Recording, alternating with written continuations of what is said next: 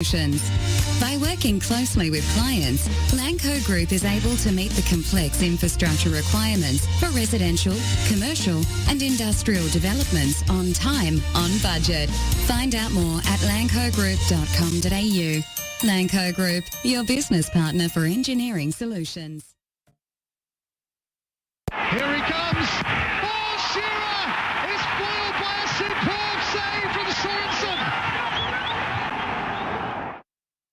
Let's see if Juventus can get it. Are you looking to change your destiny in life? Be your own boss? Start your own business? If you are, you need people who understand your needs and are committed to helping you make it happen. At DKP & Co Chartered Accountants, we are more than just accountants. We are business advisors, taxation consultants, and strategists that specialise in setting up businesses. We understand the client and give them the very best customised advice and strategies to achieve their goals. Visit our website, dkpco.com.au, or give us a call today on 03 9023 9370. Fast, proactive, personal. That's DKP & Co Chartered Accountants. With this great sporting nation who has yet to embrace fully the world's greatest game, and for so long of trying to have the game accepted. And when I'm up to the big football field in the sky, I just want people just to remember I told you so. And suddenly the complexion of the game changes. Let's hope it doesn't, but this is the best period for Iran in the match. Danger for Australia here, the flag's down! It's an equaliser! You just feel for them, not just the boys, they are representative of so many people who make this game their life. It's just, I can't say anything. All right. Especially as they have the impetus. Aloisi. Cahill. Cahill! Tim Cahill has done it again! What a goal by Tim Cahill! 2-1 Australia! Oh, it's a wonderful moment in Kaiserslautern! And Tim Cahill has come off the bench and maybe won the match for the Socceroos. You're listening to FNR, Football Nation Radio.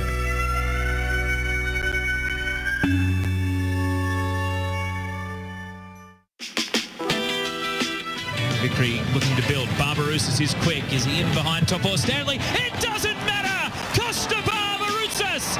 Wow! Like a salmon, a spawning salmon. And Diamanti again! Oh, he's done it! Unbelievable kick. Mamma mia. Yes, it's time for the Oz Football Hour here on FNR Football Nation Radio. Coming to you, not really sitting or standing, on stools. This is almost as awkward as the joint press conferences. Pokuah Frimpong, what's going on? I like the stool idea personally. Okay. To be fair, I haven't been feeling the greatest, so sitting down, standing up for too long, I can't do this.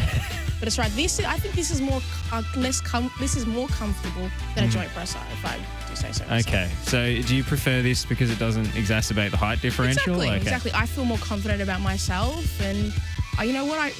Comfortability is the best part of the show. Yeah, absolutely. Whatever we can do to make you feel comfortable with Pokuah. And I usually try and make my next guest feel uncomfortable and just put him on the spot. Nick Stoll of Stan Sport, welcome once again to FNR. Thank you so much for having me. I feel incredibly uncomfortable to be here, as is your wish. I am sitting down, but if you want, I can stand. I can move around my apartment. But it's great to be here on what is a great day for Australian football. We're all rich. Yeah. We're all rich. The money's rolled in. When's the check coming in? I haven't got it yet. I mean, Nick Stoll may finally be able to afford a house. A few years ago, you were profiled in the newspaper for not being able to do so. So fingers crossed for you, mate. Some of this money rolls your way. Yeah, so I think it's 130 million. If I see about half of that, I might be able to get this apartment in Sydney. So it's good. Looking forward to it. Yes, a private equity sale of the A-League. FFA, or Football Australia as they're now called, cashed in to a private equity sort of technology investment firm called Silver Lake, which sounds like the front for some sort of Bond villain to me. But I'm sure it's all above board. 33% of the APL flogged off. And according to Don Bossi in the Sydney Morning Herald, these funds could well be used to fund the National Second Division and an FFA Cup equivalent for the women. So, this could be huge. It could be huge. Look, we've been calling out for a second division for a long time. We've been calling out for promotion and relegation for a long time. Look, in a way, it's a good thing that the league is worth significant money. That's, impressive given the league has really struggled. Let's be honest, it's really struggled in terms of crowds. It's really struggled in terms of TV ratings lately. So for them to value the league at $425 million, that's pretty good. That's pretty interesting. But I guess, Silver Lake, the name is very weird. I agree. They're not giving us this money because, they believe in Australian football and they've always loved it since the days of the NSL or whatever. They're doing it because they think that they can make money out of it. Now, how that is going to work is going to be very interesting to see how that plays out. I don't know, how much influence they're going to have over the league and how much will that change the way that the league is structured. I think it's going to be really interesting. So, look, the first thing that comes out is, we might get a national second division. Well, is that all 130 million? And what does that go to? Does that go to players' salaries, to coaches, to I should add the important caveat at this point that not all of this money, in fact, very little of it is actually going to Football Australia. So it's really the owners of the league, being the clubs, that have cashed in. And FFA, or I keep getting that wrong. I should. Do we have a swear jar for FFA on Radio Dub? We have a swear jar every time I accidentally say W League. They're only getting 5%, or rumoured to be only getting 5%. So that's $6 million going towards the National Second Division, which I guess is basically a more realistic figure. Because I was going to say, how was it ever on the agenda if it was going to cost this much? Yeah, and look, I guess the other thing is to work out so if they're going to pay for the National Second Division, does this National Second Division have promotion relegation initially? There's also massive question marks. You can put all the money in the world into some of these second division clubs, but it's more about the people in charge and their competency. You could give Gold Coast United $50 million. Clive Palmer had the money. The problem was Clive Palmer was in charge. The problem is a lot of the times, I think, is the people in charge. I think you can make clubs work. We always talk about, where can you make clubs work? Can you make another club work in Melbourne? Can you make another club work in Sydney? Can you make a club work in Wollongong or Canberra or whatever? I think, to me, the question mark so often is not where, is who is going to be in charge. And I think you can have a successful club pretty much at any population over about 50,000, as we see overseas with teams like Eibar and Villarreal, and all these teams are very successful. But it's the people in charge who are very competent. I do worry that no matter how much money the National Second Division gets, the competency of the individual people in charge of each individual club is where it could succeed or fail. And, I think there's a point to be made here that these clubs have been surviving, albeit paying players semi-professionally, without TV rights for a long, long time, whereas A-League clubs have essentially been bankrolled, at least their payroll has been paid for by the TV rights, and they just have to meet the other running costs associated. Yes, there's a big difference between semi-professional, full-time professional wages. The clubs that are mooting to join this competition want to start with a national semi-professional league. Obviously, the Players Union, the PFA, is less keen on that idea, and it could cost twice or three times more to pay players full time. But they do have other revenue streams that can help. It's not just all private equity funding. They have a lot of quite dedicated sponsors who are worth big bucks, and I think would plough money in, at least initially, if the carrot is there, if there is an idea of a national competition and future pro rel. Yeah, look, I think you pay players semi-professional wages, you're going to get semi-professional performances, and you're going to get players who maybe, we've seen this in the formerly known as the W League, the Liberty A-League women, where players can't travel because they have to work and they've got jobs and stuff. And, one of the issues, and people really don't like to talk about it too much, but one of the issues definitely in Australian football is the quality of the football. it is not of the quality of European football. We know that for sure. But sometimes, there are some really bad games. Now, that happens all over the world. But my point is, if you continue to play at least pay people at a semi-professional level, how much is the quality really going to be there? And while we understand that there are so many other factors in, a successful league other than quality of football, that's still pretty important. I would love to support my local team, whatever the closest one is to me in the second division. But if the football is turgid every week, how long are you going to keep going? I don't know. I think, and then eventually you need that team to make the jump into the first division and that to be a successful transition, because it will be bad if in the first season that we have promotion relegation, the team that goes up gets spanked every week, barely wins a game and comes straight back down. That would really be a bit of an indictment on the national second division. So, I don't know. It's exciting for sure. There's just massive question marks about it. So is it beneficial to create a second division at this point in time, so soon, if the first, if the A-League is not at the standard it needs to be, or the second division is not going to be at that level it needs to be? I mean, it's interesting. I do wonder what is the point of a national second division, that we don't already have with the NPL if we don't have promotion relegation. Yeah, I understand if we have promotion relegation, there's obviously a clear reason for it. If we don't have it, we've just got this other competition where anyone who's any good will get immediately signed by an A-League club, because they'll be on obviously semi-professional wages, and they'll all have it in their contracts that if an A-League club wants me, I can jump straight away. So as soon as any player shows any promise, no one will stay with the clubs. We already see it, mainly outside of, the Franco Parisis of this world. The players jump around the NPL, for an extra couple $100 all the time. So you're not going to have these legends of the club. Coaches are the same. They're going to jump at the first opportunity. Whoever shows promise in the second division will jump. So I wonder what is the value of a second division without your promotion relegation? And the clubs seem to be really keen to do it. I don't know if they just think that there's going to be an increased windfall for them if they create this second division.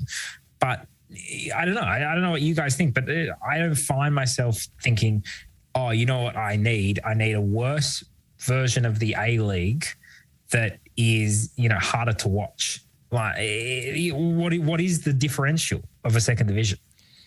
I think first and foremost, there is a developmental benefit to having NPL All-Stars, essentially. The best NPL players from each state all playing in a national competition and playing against each other every week, because the cream of the crop at NPL level is actually very good. It's just that in all these divisions around the country, the standard varies quite wildly. So the top teams, like you look at Queensland as an example of that, there are 3 really good teams and the rest of the competition is not very good. And you can see that from the scorelines.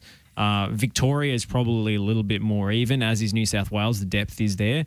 But I think the same is true in Queensland as it is in WA and South Australia, probably somewhere in between. So I think there is a developmental benefit to having teams that promote their own youth or through, all age groups, not just starting at, under 14s or wherever the A-League youth academies start, that kind of live within their means and don't rely on so many foreign players. I don't know what the foreign player rules are going to be in this new national second division, but I think ideally you'd probably keep it at 2, which is the same as in all NPL competitions currently. And yeah, just the standard week to week, because there are so many A-League players that actually fall through the cracks, and as soon as they're too old for the youth sides, they basically, like, a lot of them quit. A lot of them don't play football again. And if there's no serious level to continue, and there's no aspiration, then that's a problem. There's a big gap, a big lost generation after the age of 21, 23. But I think that probably is going to exist as long as it stays semi-professional. Because if I'm 22, let's say I was at an A-League club and didn't quite work out for me, and I dropped down to that level and I'm on, I don't know what they're on, $800 a week, it's good, it's decent money, but then you're having to train multiple times a week. You've got to give up your weekends. If it's national, there's going to be a lot of traveling, a lot of time away. Look, let's be honest, you can earn much more money getting another type of job, in Australia, especially kind of in Sydney and Melbourne. And then, by the way, if you do want to buy a house, like we were joking about before or something, you can't do it on those kind of wages. So I think if the wages are that low, you're going to have a lot of people just quitting football anyway because of the need to have. There are a lot of clubs already in basically employing players full-time by getting them jobs with the club sponsors. So institutionally, I would say there are actually quite a lot more full-time footballers in Australia or full-time club employees in Australia. It's just the, training times and so forth. They're only training a couple of times per week on a nightly basis for all the other guys who do have, regular day jobs. So that kind of does exist. There are sort of support networks there. I do want to talk about this idea of a women's FFA Cup though, because I don't see it, to be honest, because so many of the existing A-League women's players already play in the NPL. So how are you going to have a competition in which they're facing themselves? Yeah, exactly. And are you going to be able to still play for both sides if there's a clash? Yeah, and until players in the A-League women's are able to use that as a full-time thing and not have to have these extra jobs on the side, I don't think it's plausible. It's not. It's nice to dream of it, but unless they can become fully professional in that sense, there's no point to it at all. I mean, extend the season, make a full home and away season. That surely should be the first priority before you're talking about a cup competition when, there are 8-9 starters from, say, South Melbourne or Bulleen that are going off to play in the A-League women, and they're using that as a season round way to get, the amount of games in their leagues that they actually need. I think another problem that could come up is that there's a bigger gap between the good sides and the bad sides if they were to do an FFA Cup. It just wouldn't be entertaining enough. It would just be these absolute drubbings that it just wouldn't be worth a watch. I mean, is it a way to potentially build a bit of depth in the women's leagues here, or does it just not exist? Because we've already had the depth tested by so many of the Matildas players going overseas and leaving the A-League women behind. So we've already had a huge elevation of NPL players into the professional ranks. I mean, how do you build that depth? I don't think that solves itself overnight. I'm not sure at this point. You've got to give me some time to think about that. Nick, what are your thoughts? Yeah, look, to me, both these ideas scream populist ideas that don't really have a lot of thought to them. So, with the Women's FA Cup, it's exactly like you say. How is this going to actually work? It's all good. Hey, we want a Women's FA Cup. Hey, we want this. Hey, we want, we want everything. We want football all the time. We want, a longer season and everything. But how are you actually going to make this work, with the money available? I don't know. I'm increasingly worried that there's no clear long-term strategy. We had the 11 principles, which, they were, they're okay. There was a lot of populism, I think, in that. And, we should have this and we should have this and we should have this. But a clear pathway on how we're getting to each of these, that strategy to me, I don't know, I'm a bit worried that they've just, we got some money, let's create these two competitions. That to me seems a bit out of did you maybe think about it for more than, I don't know. I mean, obviously they would have known this is on the cards, but even the article that Don Bossi wrote, which is a good article, but it was light on detail about how is this actually going to work? Who is going to be, in these competitions? When are these competitions going to be played? For example, we talk about, both these competitions. What time of year are they going to be played? National Second Division, NPL at the moment is obviously in our winter, which runs National Second Division has to be summer aligned, is what I'm hearing from the NPL clubs. Okay. So then that's a non-negotiable for them for future pro rel and so forth. So then are we keeping the winter NPL season and doing a summer National Second Division? I don't know if those clubs are going to participate in both, but yes. Okay. All right. And then with Women's FA Cup, when is that happening? Because we've seen the Men's FA Cup go at the moment concurrent with the A-League season. Is that going to be the case? How does that work for the NPL teams who are playing in winter? I don't know. I mean, it's just, there's a lot of massive questions and it just feels like we have created Australian football. Every time we try and solve one problem, we end up creating 3 more problems. And that just feels like kind of what we're doing. Maybe if we'll go, we have development issues, we'll create a National Second Division, give people more opportunities. We have a Men's FA Cup, we need to have a Women's FA Cup. And then we just create actually more issues and stretch clubs further and stretch players further. I don't know. I just think good ideas. I like the sound of these ideas. I would like these competitions to exist. The practicalities, the realities of them, can they be achieved with the people in charge? It just sounds to me like we're trying to take some really big steps as before taking those little steps, and I feel like that's been the constant problem with the A-League. And it's great having these grand ideas, but if those grand ideas lead to you tripping just before you're about to move on, what's the actual point of it in the long run? But is the standalone NSD a half step in itself, a half measure? Because the only reason the clubs are so super keen on it is because there's the promise of future promotion and relegation. This is like the future carrot down the line. If that never existed, or there was no connection to the pyramid below that was planned for a few years' time, I don't think anyone would be keen to invest, significant sums of money and, risks their club's basically existence on it. But as Nick said before, some of these clubs are poorly run. So what's great getting them into the national second division? If these clubs are poorly run, by the time they get there, they'll capitulate before it's had time to develop over 5 or so years. It's a waste of time and money if it's not going to be successful. Maybe the conversation changes now because of this equity money that's coming in, and because there is sort of FFA contribution. Because my argument when this was all being talked about and the white paper came out was that it doesn't matter if this is a good idea or not. The club owners at NPL level of mostly ex-NSL clubs want to do this, and they're going to put their money where their mouth is to get it off the ground. So we may as well let them, because there's no harm, to their... I guess... But just because clubs have money doesn't mean they're going to make good decisions with that money. No. There are lots of clubs in the world who have lots and lots of money that there's just plenty of A-League clubs wasting money as well. Yeah. So I feel like the idea of the poorly run NPL side or the NSL side comes from a bit of a stereotype as well, Nick. No, but... sorry, Nick, go. Well, I'd just say quickly, look, one of the first things I'd do with this equity money is buy out Tony Sage and get rid of a terrible owner in Perth Glory and a poorly run club. That's the first thing I would sort out, right? Perth before MacArthur? Well, look, there'd be a few clubs I'd be buying out. Actually, Newcastle, no owners. Right? There's plenty of A-League clubs that run terribly, right? They just run terribly with more money coming in, basically. So I guess, and you're right. Just look, there's no inherent harm in trying these things, except for the fact that can we at least try it in the best way possible, rather than just let's let these guys who have shown not much competency in their history, can we, let them run this national second division? Because if it falls over, then we are back 5-10 years on promotion and relegation.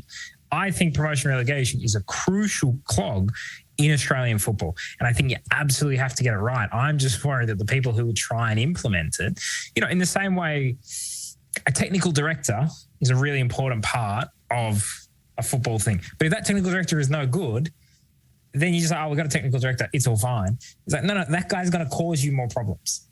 Or a woman if it's a female technical director.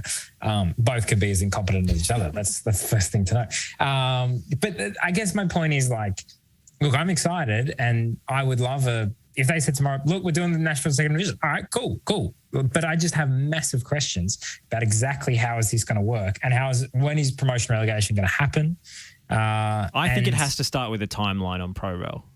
I think honestly, you have to say 5 years, 10 years, whatever it is. We're going to have promotion and relegation this date, and you can't just keep kicking the can down the road, because that's what we've been doing with the national second division for years and years and years. Yeah, look, I don't mind. I wouldn't mind it happening year one. I wouldn't mind saying, all right, let's go year one. Yeah, you going nuclear with it, you reckon? Well, nuclear is again, this is the thing where I think, what is the objective of the leagues and of the Football Australia? What is their kind of overall objective? What are they trying to do here? If the leagues are just trying to make more money, is this a way that they can make more money? Is this a way? And in my opinion, promotion relegation would generate more interest in Australian football and the competition. I think there is a financial reason to do it. Now, the clubs might say, yeah, but hold on, one of us is going to get relegated. And, there's this whole argument over, well, would the Mariners survive for, sorry to use Mariners fans who are listening, insert your A-League team here. Would that A-League team survive if they were relegated? Well, of course they would. They could survive. It's just they would have to severely downgrade what their operation is. And that happens all over the world. When teams drop down divisions, they downgrade, they have release clauses on their players. They don't have to pay such exorbitant wages. Sometimes they even have to move stadiums. That might be an issue if you don't own your own stadium. But that's okay. That's all manageable. And then it's also once you step up, then you grow it again. So I don't know. I think the National Second Division, look, it's exciting. I just would also like to kind of temper that with the fact of, and I totally agree with you, put a date, say promotion relegation. I think the sooner you do that, the better, because the more interest there is in the National Second Division. I'll be honest, I don't really have any interest in who's finishing top 3 in the National Second Division if they're going nowhere. To me, it's like, well, there's so many factors in that. Start putting promotion relegation, and I think there are definitely ways to do it. I've always been a fan of you have the first team go straight up or, automatic promotion, and you have the second team play the second worst team in the A-League in a playoff spot in the way that Germany does it. The Bundesliga, the team that comes second last in the Bundesliga plays the second team that came in the second division in Germany. I like that. I think that would be a really fun, two-legged playoff. I think it'd be super exciting. There's many ways to do it. But yeah, I don't think this is, great. They're going to do a second division. Problem solved. Maybe I'm just a little bit risk adverse, and that's why when I take a step, I have to make sure everything is 100% certain. Because that's what my biggest fear is that if we do this and it doesn't work, are we now kicking the can down 10 years down the line where we're going to have to restart the whole process and we're just going to have to wait way longer for it to even be more successful? Whereas if we can do it right one time, isn't that just a better idea in the long term? I would err towards trusting the people actually running the most, well-supported and successful NPL clubs to do what they want and what they think will work immediately to get this thing off the ground and happening, and then we can improve it as we go. I would err on that side rather than pushing them into starting a fully professional competition with instant pro rel or what have you, and then having the whole thing fall flat on its face. Because that seems to be what, the AAFC and those well, they're not owners really. That's the other thing. These are not privately owned entities. They are community assets. They have, chair people. They don't have owners. So that's a whole different conversation, I suppose, as to whether, there's a corporate shift and change to, a franchise model with actual ownership. Because at the moment, that's not how it works. They have, AGMs and so forth, like the leadership. Well, I think what's also interesting is what is the A-League clubs going to do with their share of the money? Their much more significant share. Yeah, we're over here debating that little $6 million while the A-League owners make off with 122 or 132 million. Yeah. Yeah, I mean, look, is that all going to keep up? Because I think it's a bit of a waste of money if it's all going on keep up. I don't know if it's going on keep up. If it is, I look forward to my future employment at Keep Up. If they have that much money, I will 100% be joining them, if they will have me. But what I'll say is, look, you shouldn't put all your eggs in one basket. Everyone knows that. But what if it's a really beautiful basket? What if it's the greatest basket you've ever seen? Nick, I don't want the basket to be pretty on the outside, but then when I look at it, there's a hole in the middle of it. The basket's got to be very complete. The basket's going to be good. Here's my proposal. Well, we get 130 million. All right, put 30 million aside for whatever you want. Keep up, stadiums, whatever you need. 100 million to Messi to play for Sydney FC 2 seasons. It's 5 minutes from my house. Of course he would say Sydney FC though. Of course he would. Because it's close to my house. Look, wherever Messi plays, I will move to that house. I will move to that You city. might get you might be able to afford a cheaper house. Look, maybe. Look, Messi, if you go to Adelaide, you go to the Barossa Valley, you have your nice Penfolds wines, no worries, I'm there. I've never been to Adelaide in my life. I will move there instantly to cover him every second. Look, I don't know. What do you guys think? How would you spend the money? The mega marquee fund. Thank you, Robbie Slater. Sorry, Nick Stoll. How would we spend specifically, by the way, mega marquee? I'm on one marquee. I don't want to spend it on anyone. I don't want to say everyone gets it. No, go all in on one player. That one player is Messi. If he says no, let's find a whole different strategy. Mate, I like spending money on youth academies and having something for the future. Because I think if we have these youth academies be better, we produce better quality players, the league gets better, and we have better exports if they go internationally, and the actual Australian football as a whole gets better. So I would like to spend money there. The imaginary world. this is not what it's going to be spent on because this is mostly going to the APL, but I would like to see coaching education heavily subsidised because one of the main drivers of cost at youth level is coaching badges and how much they cost and the clubs having to fund the coaching badges. And finding a way to make that all cheaper, I think would really... I mean, we've already got a well participated in sport, but it would really send the game to the next level if we could not have parents shelling out 5, 6, 7, upwards hundreds of dollars every season for their kids to play. And the other thing to do with that is increasing participation, facilities. I'd also just I'd take a little bit of money to help out some of these referees. Get some better referees would be really, really nice. Yeah, referee education would be nice. Very, very nice. But there's also just a junior facilities crisis, like kids being turned away from clubs and so forth. So it would be nice to see some money going towards. And I know we are very good people, aren't we, Josh? Well, for the kids. We're just giving it back to the community. But I would like to see, and obviously we want government to chip in on these projects as well, and that's been one of the main things. But there's just down here in Victoria especially, there's just a space squeeze, and there's just not enough fields and not enough access to those fields. I just think the APL won't look at that as their problem. No. I mean, unless they have an incredible, vision for the game and they see that, everything affects everything and, you have to take a holistic approach. That'd be great. I don't think they will see that. I don't think they'll see the kind of the line between, improving coach and referee education and, a successful A-League, even though it is there. I would imagine what they would have to look at, probably the thing that I think would be the clearest thing to look at is stadiums, basically. I think you need better stadiums. Well, look, firstly in Brisbane Roar absolutely need a better stadium. Wanderers obviously are okay for a while. Sydney FC are just getting a new stadium now, so, It's getting too big for them, but okay. I mean, if they sign Messi, it's not. But no, it is probably going to be too big for them, let's be honest, unless they really massively increase, unless they either go for a Del Piero level marquee or they dramatically increase their level of community engagement, which I don't see it happening. I don't know about you guys, but I constantly hear about we kind of act like people don't know the A-League exists. We talk about, the game's on free to air and that's good. If it's a good game, people will, maybe it's their first time watching the A-League. I think probably most people have at least watched the A-League once or twice. I don't think it's I don't meet too many people who've gone, I've never seen a second of it. I think one of the problems is they've seen it. They've maybe even gone to a game and they've gone, not for me. And that's kind of our big challenge, I think, at the moment. So you have to improve the match day going experience. Absolutely. Stadium is super important for that.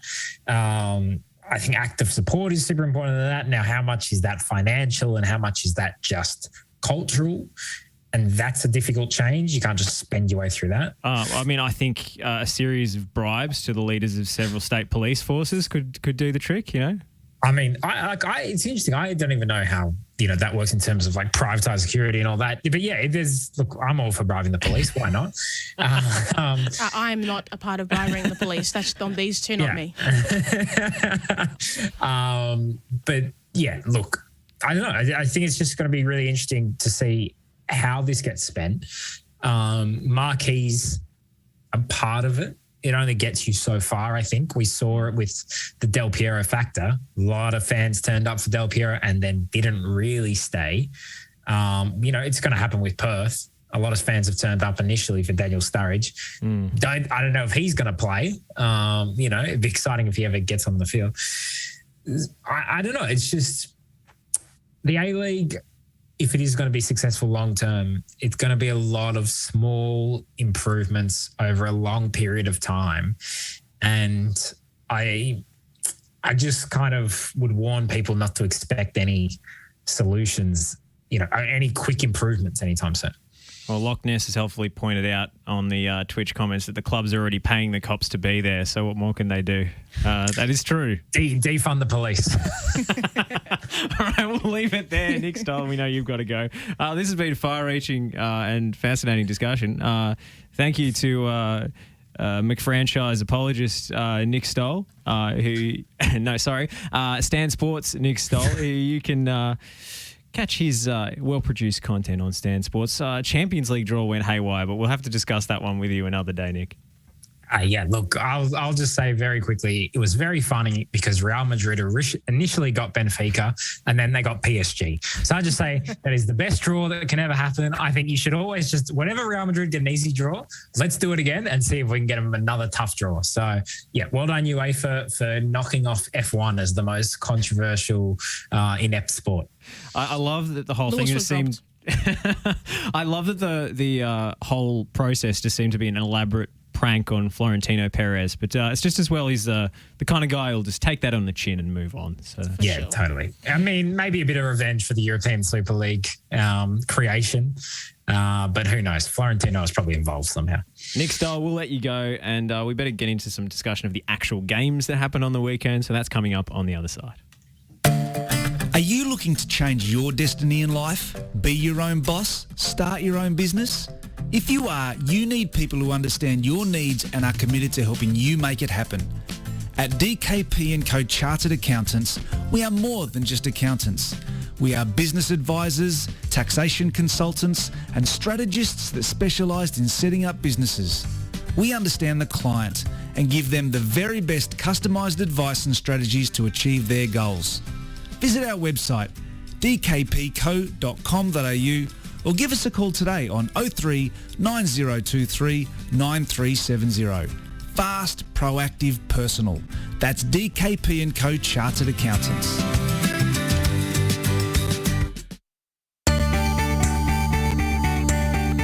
We are more than engineers. We are more than project managers. We are more than surveyors. We are more than infrastructure specialists. We are more than planners. So, who are we? We are problem solvers, providing the highest quality service and results. We are a team of skilled professionals, focused on customer needs and outcomes. We are 23 years of industry experience, adhering to the highest safety standards. We are Melbourne, and we are right across Victoria. We are the Lanco Group, your business partner for engineering solutions. Lanco Group. We are more than you realise, and we are ready to partner with you.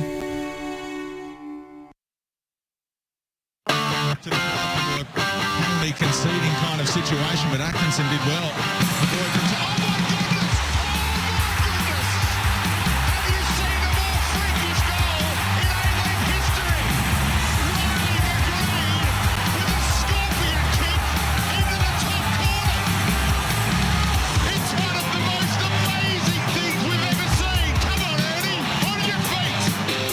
Listening to FNR, Football Nation Radio.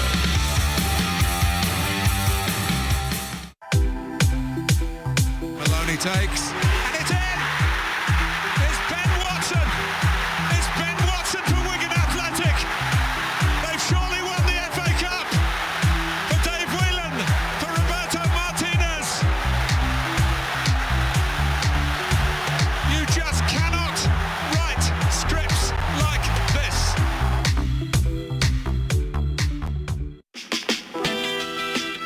Vickery looking to build. Barbarouses is quick. Is he in behind Topo Stanley? It doesn't matter! Costa Barbarouses! Wow! Like a salmon, a spawning salmon. And Diamante again! Oh, he's done it! Unbelievable kick. Mamma mia. And we're back here on the Oz Football Hour. Josh Parrish and Pokuah Frimpong taking you through to 7 p.m. And on the other side, we're going to double up tonight, Pokuah. We're on double duty. Yeah. Radio Dub coming at you with two special guests. Exactly. We always provide the great guests on Radio Dub. That's all we do. But, right now, we're talking about the Oz Football Hour, the men's side of it at least. Good weekend of football. What are your thoughts? Yeah, big weekend. There's another game coming up tonight, actually. FFA Cup action. Avondale versus Wellington at ABD Stadium. I say this because I saw the The starting lineups have come in. No Liam Boland, no Yusuf Ahmed for Avondale. Ahmed going off with what looks like a hamstring injury. Boland got the red card the other Yes, in the Doherty Cup final. And Liam Boland, a question we couldn't answer, myself and Joey Lynch on the broadcast, whether Liam Boland was suspended for this game. Turns out he is, because the Doherty Cup and the FFA Cup are linked competitions. They split off from each other once we get to the national stages, and the 4 Victorian teams who've qualified go to the semi-finals of the Doherty Cup. It's very complicated. If you're still with me, congratulations. But the upshot of which is Liam Boland, for a headbutt that he didn't do, will miss a big game against an A-League side, which is sad because we know what Liam Boland can do in FFA Cup games, having scored from ridiculous distances before.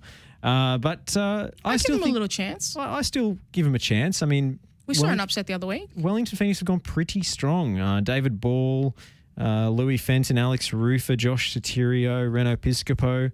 All these guys look like first teamers. So pretty full strength side. But if you're going to watch this one, I would keep an eye on Yite Towns, number 13 at the base of midfield. I think he's a potential A-League prospect. And Stefan Valentini, who looks to be playing as a false 9 tonight, also can play as a winger, is an absolute machine, and also one of the premier S houses in the league.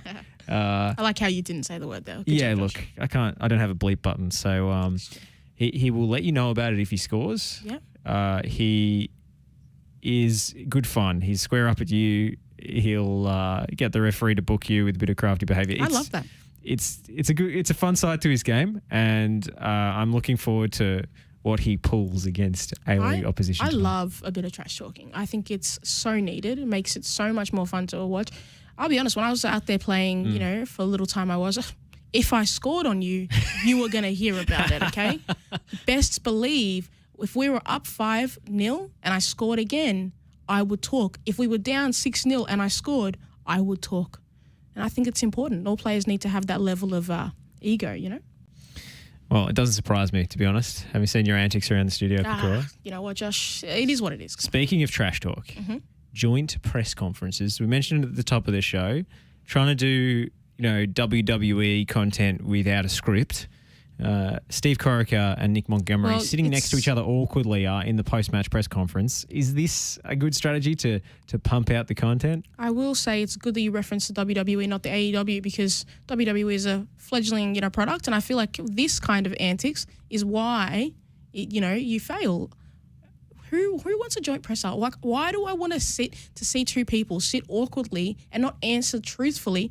You're handicapping journalists and you're handicapping the coaches to speak freely. It's pointless. They're already very guarded. If anyone has watched A-League press conferences, I'm sure you've come across them from time to time. Don't give much away, most coaches. It really depends on the personality. Some of them are good. Some of them are very open and warm. John Aloisi is good value. Mark Redan was always good for a quote when he was coaching Western United. But some of them, like, maybe it's a Western United thing. Maybe it's part of the media strategy. Maybe Lucy's told them, guys, this is our product. It's like, we are good for communication. What? That's what it is. They are good media operators, I have to say.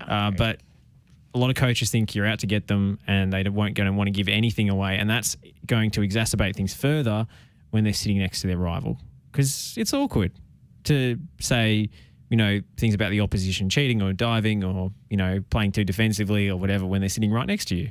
Like, I did hear that it was maybe done because they wanted to reduce, the trash talking towards the other team at the other press conferences. But that's what you want. Don't you want to market a game that's got a little bit of tension in it? Because I think tension breeds some good football and, good content on the field as well. I want to hear when a player says something a little bit off about another team, and then they go on the field and it's war and they're playing. I don't want to see like 10 red cards, but I want to see some, good products. And with these kind of press conferences, I'm just not getting anything. It's kind of boring. It's stale, and everyone's sitting there awkwardly going, can I ask this question? And then have the other coach look at you and make as a journalist feel a little bit uncomfortable that you have to ask that question in front of the other manager. I'm just not a fan. Maybe this is like inside baseball, like, journalists' gripes trying to cover the game, but no mix zone anymore. That's a thing of the past. You used to be able to stand basically in the corridor and call players over as they walked past and ask them for a quick chat. And some players were obliging. Some said no thank you, and that was fine. But it seems as if COVID contacts are being used as an excuse to abolish this thing because the players don't want the media intruding on their business. And if you're not going to have a mix zone, you've got to put a player up for the presses. If you're going to have a joint press conference, Steve Corica with a Sydney FC player, Nick Montgomery with the Central Coast Mariner at the behest of the media manager is a no-brainer for me. It's a must. Like, I'm just thinking, this was a 2-0 win from Central Coast. So it was calm, at least. Imagine if it's like a 5-1 drubbing and you're just, like, sitting there. Like what's the point of that? Your job's on the line. Like, what... imagine having Melbourne Victory up there last season, after they've been annihilated by City, because Norbo's looking there like, what am I doing here? This man's about to get fired and I'm sitting here like... It's just ridiculous. It makes no sense. Would have been almost as awkward as the press conference Brebner had to sit in while Del Piero discussed his sacking. that was next level. But that was actually funny. So I'll excuse that one. Robinson.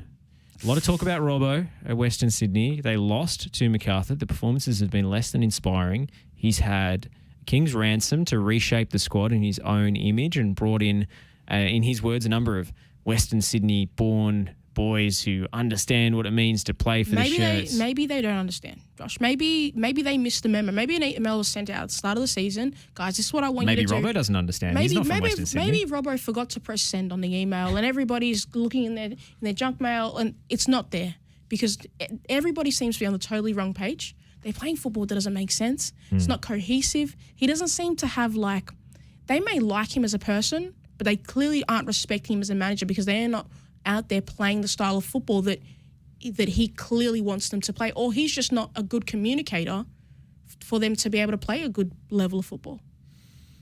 Some of these players seem incompatible to me, but surely a coach as experienced as Robinson has to find a way to make this click. I mean, it's just diabolical at the moment. They had 60-something% of the ball against MacArthur, who seem very happy to sit off this season and abandon their possession principles that they espoused last year. Not that that's a bad thing because they were pretty boring and didn't go very far in possession. Might have been an understatement, boring. But transition teams tend to win this season, and Western Sydney looked pretty out of ideas, just big U shapes, recycling the ball over and over again, which is a travesty for a midfield which includes Ugarkovic and Antonis. If you can't make that work, you're a bad coach. My biggest issue personally is if you're taking 19 shots and only 3 of them are on target, you have a big problem. What are the quality of those shots? Exactly. That's your point, right? I just don't understand. I would rather see we have 2-3 shots on at goal and 3 on target, or 2 on target. And we're producing, the opposition is producing some great saves. But if taking 19 ridiculous shots, the ball's going out of play, and the ball's going back to the keeper, what are we doing on the field? Is there an actual end goal to the way we're playing, or are we just kicking? They did 619 passes, and only 3 of those shots went on target. Are you kidding? That's not good football. If you look at the MacArthur graphics, I think they did about 2,000 passes, but that's a story for another day. Stats, yeah, they're real number crunchers over there in the Southwest. They got the dub. Statistician? Yeah, well, they were blaming Stats Perform for it, but we all know that that's not true. However, it's hard to criticise what they're doing on the pitch when they just keep on winning, even if I think a team containing Ulysses Davila and Daniel De Silva should be a little bit more entertaining to watch than they currently are. 10 points, 1 point clear of Victory at the top of the table. Victory winning away to Adelaide United in one of the most spiteful, aggressive derbies I've seen in a few years. This is a throwback to the Muscat Cosmini years for me. A lot of yellow cards, a lot of big tackles. It was a good atmosphere. The crowd was right on top of Victory, but they did get the result. Are Victory back, in your opinion? Are they genuine title contenders this season, or is this too early to tell? I think it's a little bit too early, but I do think Victory should have finished the game in the first half. Rojas had chance after chance after chance to put Victory ahead and put the game away, and that's how they allowed the fans to get into the game and dictate the way that, because I looked like Rojas got to the front of the goal and got what the fans started speaking. And he got, wait, am I playing a professional football game? And just hit the ball. But victory for me. I like them. I think they're playing a lot better than last season. But to be fair, last season they were atrocious. So anything is better than last season. I want to see 2 more games of just consistent 90 minutes and a little bit more assertive actually going forward and just being and putting a lot more pressure on the other teams and not letting teams get into the game. If they can do that, then I would be willing to say that they are definitely back. But what is back for Melbourne Victory? Title contenders, top 4. Okay. Top 3. I don't know if they're top 4 just yet. I've still to see. I think they'll be a finals team. I'm confident that they've dealt well enough with the absentees. I mean, remember Chris Economides didn't play in this game. He hasn't played since round 1. So, I mean, they're doing a lot without their marquee signing. Because for me, against Western United, he was their one bright spot. He was the player who was finding spaces, and yes, his end product wasn't that good, but he was the one threat. And is that going to be a problem? You've just said that. Well, it's clearly not, because over the next 3 games, they've demonstrated that they can score goals and divined the responsibility across a number of players. Marjota got off the mark. It was a bit of a weird goal, but he got there. Robbie Cruz with an excellent cameo off the bench to set up Nishan Valiapille for the winner. But they've got a lot of attacking weapons if they can get them all fit at the same time. I mean, we know the problems Robbie Cruz has had with his body. But then you've got... He's had a few good cameos actually this season. Yeah. He's been a little bit... He's brought more than what I thought he was going to bring, which has been kind of nice to see. I think Victory maybe pinned too many of their hopes on Robbie Cruz previously, and his body didn't hold up. If he's a bonus, if he's found money, then that's the ideal situation. I would love him to start. Is it the best thing for his joints? Maybe not. His muscles.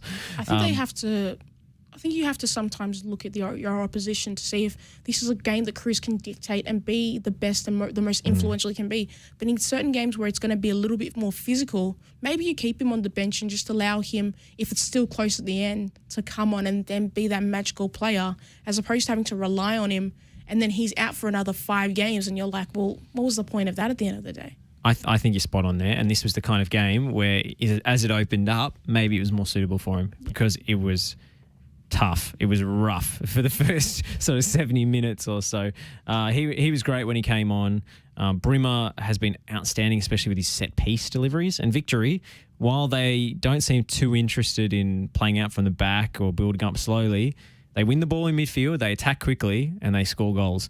The last thing I want to get to before we break, goal celebration chat with Newcastle Jets' Daniel Pena. I don't know if you saw this before, but I'll reenact it if you haven't. They smashed Wellington Phoenix on Friday night 4-0. Amazing performance. Becca Mikkeltadze with 2 goals and 2 assists, if I'm not mistaken. Just sumptuous football, a refreshing counterpoint to everything else we've seen in the A-League this season. And Daniel Pena, when he finally got on the score sheet, scoring his first league goal for the club, of course he netted that ridiculous FFA Cup goal against Western United. He went for a kind of combination. He was first mobbed by his teammates. Then he went for the very humble bow. Yeah. And then after the bow, did a flourish and a kind of curtain call bow, like he was, doffing his top hat. Is he royalty? To all 4 stands. He did it 1 stand, turned north side, east side, south side.